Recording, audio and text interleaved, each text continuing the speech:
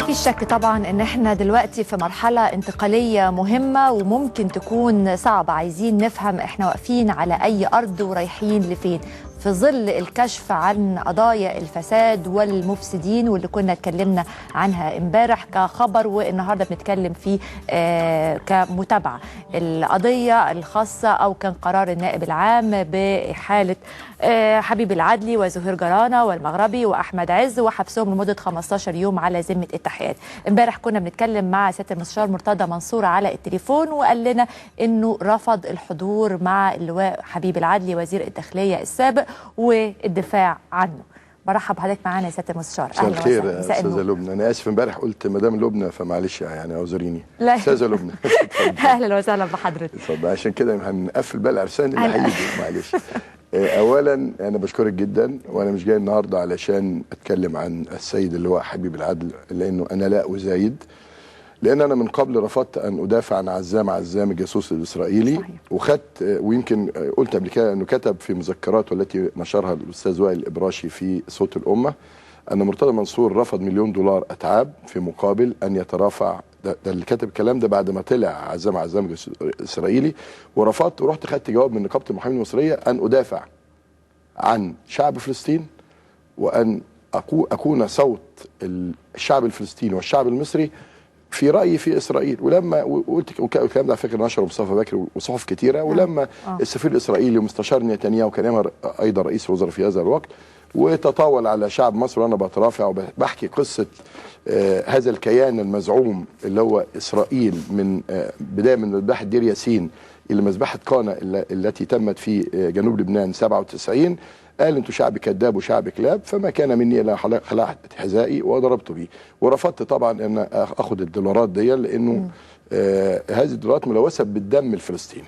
في قضيه خالد سعيد ايضا المخبرين اللي هم حتى هذه اللحظه متهمين، مصر كلها عارفه ان جولي عاملين لي توكيلات، وطبعا رفضت ان انا اترافع عنهم. لما كلمني السيد مدير الامن العام في ذلك الوقت انه أنا عندي قناعة في قضايا صادمة للرأي العام، وما ينفعش أبقى في خندق، وما ينفعش. أنا بس عايز أستاذن حضرتك إنه لما سألتني إحدى المذيعات عن أحمد عز من 4 أيام، فقلت لها أنا أتحدث عن أحمد عز. أحمد عز في عز جبروته، أنا الوحيدة اللي قلت يسقط أحمد عز، وانا الوحيد اللي قلت احمد عز واحمد نظيف رقم 10 اللي بقى مشهور في مصر دلوقتي اللي هم يخربوا مصر. لكن النهارده ما دام احمد عز قيد التحقيق مش من الشجاعه نتكلم عنه. فقالوا لا اصل مرتضى منصور هيبقى محامي احمد عز. هذا كذب. في عز جبروت النظام يا استاذ لبنى، وفي عز مكان ما حدش يقدر ينطق بحرف.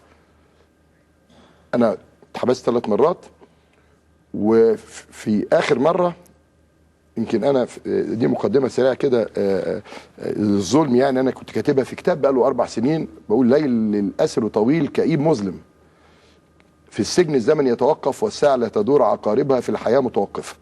ألم المظلوم لا يشعر به الا من ذاق مرارتي وقسوتي، وخاصه عندما تشعر بان الذين ظلموك هم طغاة ماتت ضمائرهم ونزعت الرحمه من قلوبهم وصموا اذانهم عن سماع كلمه الحق.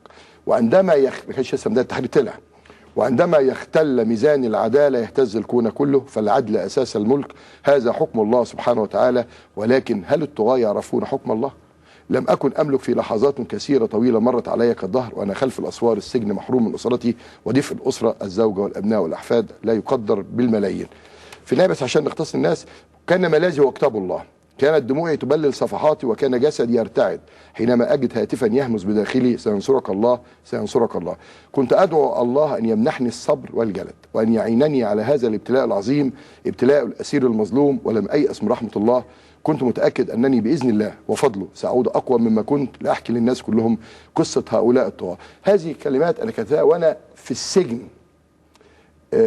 الظلم وحش، لكن اللي كنت بطلبه لنفسي وانا مسجون ومظلوم، المتهم بريء حتى تثبت ادانته.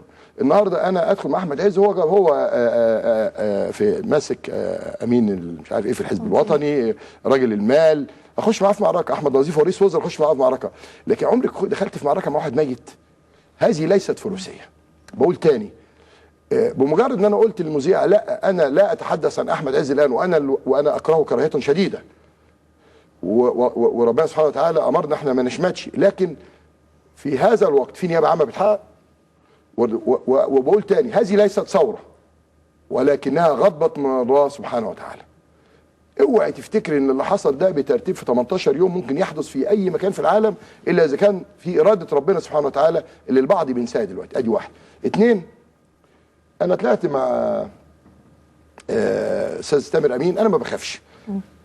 انا انضرب عليا النار كذا مره من زكي بدر، ومره في جوه بيتي في قريتي بشالوش والدتي خدت طلقه في ايديها، ومره قدام باب نادي الزمالك، ويمكن الاخ محمد عبد اللطيف اللي هو احد المحررين معاكم في البرنامج، وابني احمد اتعور. انا ما كنتش خايف من ناس معاهم سلطه، هخاف من شويه ولاد ماسكين دلوقتي ورقه وقلم. يعني مع احترامي طبعا هنتكلم عن 25 يناير، وكل ما تتكلمي كلمه حق يقول لك ايه اصله اتفصل من القضاء. هذه استقالتي يا ست لبنى في وقت سنه 4 بص يا فندم 3/4/84، يعني من 27 سنه اثبتها في محضر الجلسه 8/2/03 سنه 83. كنت رئيس محكمه العجوزه وبلاد الدكرور. حرصت على ان اسجل هذه الاستقاله بمحضر الجلسه مع منصه القضاء الشامخ بقاعه المحكمه كي اشهد هذه المنصه وتلك القاعه بما يحملان في النفس من معاني ساميه رسخت في وجدان شعبنا، اشهدهما على ان القضاء يصبح في بلادنا والقيم تهتك من اجل بعض الغوائيين الذين تصوروا انهم فوق القانون. اسجل هذه الاستقاله ويملا قلبي الحزن والهم على ترك هذه المنصه العزيزه على نفسي وخروجي من قاعه المحكمه التي لا يعودني عنها كنوز الدنيا، فكم كانت سعادتي وانا اصدر من فوقها عشرات الاحكام التي تعيد الحق الى مظلوم وتمسح عنه عذاب القهر وتنزل عقاب الله على فاسق فاسد فتعيده الى صوابه بعد ان ضل الطريق. فالقضاء بالنسبه لي كان رساله مقدسه نعم. ولم يكن في الايام وظيفه. ليه بتطلع نص الاستقاله؟ اقول لك ليه بقى. انا بمجرد ما قلت كلمه حق قال لك ده كان مفصول من القضاء. هذه استقاله اول قاضي في مصر والعالم العربي والعالم من على منصه القضاء.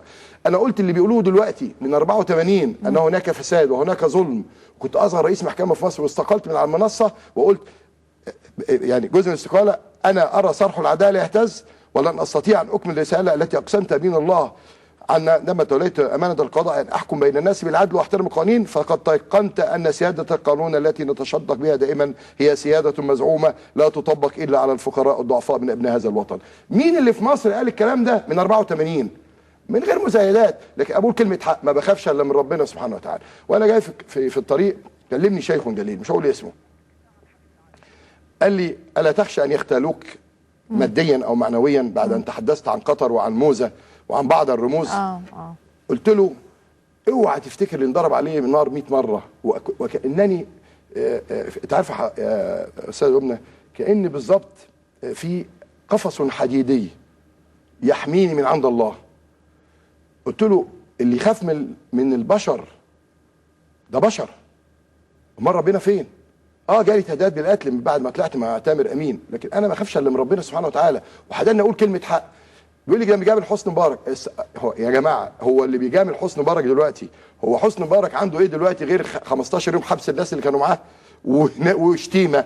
انا عايز اعرف، قولوا لي ايه اللي عند الرئيس محمد. لكن انا لما اقول النهارده عندي مشهدين، مشهد مصر ومشهد محمد حسني مبارك، هل التاريخ يعاد صياغته مره اخرى ونكتشف ان الذي هنتكلم عن 25 يناير دولت فيهم كلام عندي لاولادنا، ونكتشف مرة أخرى أن الذي عبر قناة السويس وأن الذي كان في حرب الاستنزاف وأن الذي دمر المعابر دمر خط بارليف وأن الذي رفع علم على طابة وأن الذي مات واستشهد في المعدية رقم 6 لم يكن عبد المنعم رياض ولم يكن حسني مبارك الذي كان قائد القوات الجوية ولكن كان وائل غنيم. يا جماعة لا. طيب خلينا سيادة المستشار أنا خلاص هكمل بعد إذن حضرتك، هكمل بس جزء وخلص. طيب. حسني مبارك عندما انا مش عايز منه يا جماعه. حسني مبارك بيقول دلوقتي اللي بيقول حسني مبارك يعني في طبعا في شعب في ناس كتير محترمه وانا هقول لك دلوقتي الاستاذ وائل غنيم الذي بكى عند الست منى الشاذلي كان يرقص مع من بعدها بيوم. هو يا ريت يقول لي انت كذاب وانا جايب الشرايط معايا. يا ستي دلوقتي محمد حسني مبارك كان ملاك؟ كان نبي ولا كان انسان؟ كان انسان له اخطاء وله مزايا. لما اجي النهارده اقول حسني مبارك لا ضربه جويه اللي هو اسرائيل اللي اتهزت بعديها، ولا مصانع ولا مدارس ولا مستشفيات ولا طرق ولا مترو الانفاق ولا اسكندريه اللي بقت جميله ولا كل دون. انا ازيف التاريخ، ولكن اذا كان هناك فساد يحاسب الفاسد. اذا كان حسني مبارك او السيد، انا على فكره انا كنت دايما اقول حسني مبارك وهو في السلطه، لكن اذا كان السيد رئيس محمد حسني مبارك الرئيس السابق اذا كان يده اتمدت الى المال العام او تربح هو واولاده حاسبوه. طب بمناسبه الحساب ونرجع مرة تانية لموضوع ال15 يوم الحبس. حبيب العدلي وزير الداخلية السابق، وحضرتك بتقول يعني ان في قضايا بتثير الرأي العام وانا يعني ما اقدرش ان انا اتولاها. النهارده زوجة حبيب العدلي اتصلت بيك في التليفون صحيح؟ كلمتني السيدة إلهام شرشر، وانا مش عايز اقول يعني مش عايز اتاجر، لا مش تفاصيل، بس انا عايزين طبعا هي شفت ملف القضية. شوفي انا لن اتحدث عن متهم قيد التحقيقات. خلينا نتكلم عن المشهد اللي احنا شايفينه. احنا مش هنتحدث عن متهمات، هنتحدث عن اتهامات. نفهم الاتهامات دي، نفهم تربح وغسيل اموال والاتهامات. حضرتك يعني رفضت انك تكون موكل للدفاع عن حبيب العدل. برضه بقول تاني حبيب العدل اعتقد انه في نفس السجن اللي انا كنت فيه هو واحمد عز والسيد احمد المغربي والسيد وزير السياحه جيرانه. خلاص، لكن انا عايز اقوله لن نتحدث. انا شخصيا اتعلمت القانون، علمني ماده 187 قانون العقوبات، ما دام قيد التحقيق ممنوع اتكلم حتى لا اسيء الى موقف، واخده بال حضرتك، وحتى لا استبق التحقيقات. عندنا نائب عام استاذه لبنى شخصيه محترمه اسمه الدكتور عبد المجيد محمود، وما يحزنني الان احنا بنتكلم بصراحه، انا ارى بعض الصحف القوميه وارى التلفزيون المصري تلفزيون بلدي وكأن شيخ وقور لابس عمامه وفي ايده سبحه وفجأة راح قلع هدومه ماشي في الشوارع بمايوه. ايه اللي بيحصل ده؟ من اقصى اليمين الى اقصى اليسار. انتوا النهارده، طب ما كان في قنوات كثيره. النهارده انا اشاهد التلفزيون المصري وانني اشاهد قناه الجزيره. هقول لك ليه. دلوقتي احنا عندنا دي بلدنا، مصر دي بلدنا، اختلفنا اتفقنا. انا عايز بس اقول ان الولاد الاول اللي طلعوا يوم 25 يناير الشباب ده اللي نادوا بالحريه والديمقراطيه وضد الفساد اللي انا قلته من زمان وانا بحييهم، لكن اين هم الان من هذا المشهد؟ للاسف الشديد في ناس نطت. انا بقول النهارده للاخوان المسلمين وهم يعلمون ان انا مرتين سقطت في انتخابات بسببهم. المره الاولى لما عملت مؤتمر صحفي وكان في قعده في الانتخابات وجلس جنبي بجواري احد الاخوه من الاخوان المسلمين كان مرشح نفسه، والناس قال لك النظام